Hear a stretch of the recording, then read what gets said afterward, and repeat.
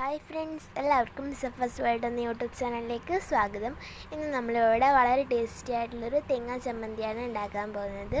അതും beetroot use ചെയ്തിട്ടുള്ള വളരെ എളുപ്പത്തിൽ ഉണ്ടാക്കാൻ പറ്റുന്നൊരു ബീറ്റ്റൂട്ട് തേങ്ങാ ചമ്മന്തിയാണ്. അപ്പോൾ വളരെ കുറച്ച് ഇൻഗ്രീഡിയൻസേ ഉള്ളൂ. അപ്പോൾ ഇതെങ്ങനെയാണ് ഉണ്ടാക്കുന്നതെന്ന് നോക്കാം.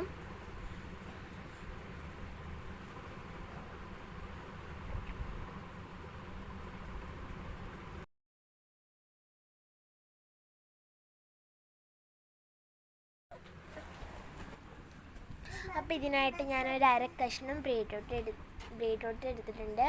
പിന്നെ ഒരു പച്ചമുളക്,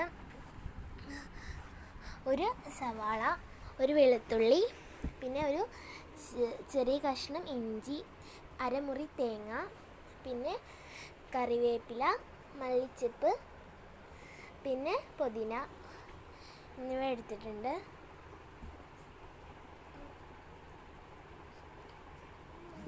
പിന്നെ ആവശ്യത്തിന് ഉപ്പും കൂടി ചേർത്തിട്ടൊന്ന് മിക്സ് ചെയ്യണം കേട്ടോ. ഉപ്പ് ഞാനിതിൽ കാണിക്കുന്നില്ല. ഇനി ഇതെല്ലാം കൂടി ഒരു ജാറിലോട്ട് ഇട്ട് കൊടുക്കുക.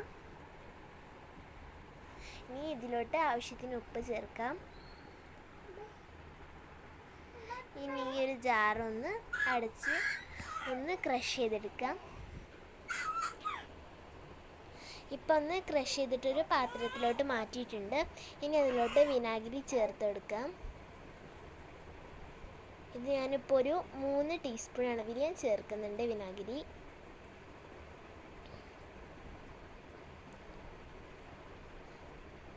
ഇതൊന്ന് നല്ലപോലെ മിക്സ് ചെയ്യാം. എല്ലാ സൈഡിലും വിനാഗിരി എത്തുന്ന രീതിയിലാണ് മിക്സ് ചെയ്യാം.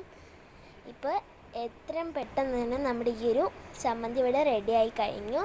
അപ്പോൾ എല്ലാവരും ട്രൈ ചെയ്ത് നോക്കുക, എന്നിട്ട് ഫീഡ്ബാക്ക് അറിയിക്കുക.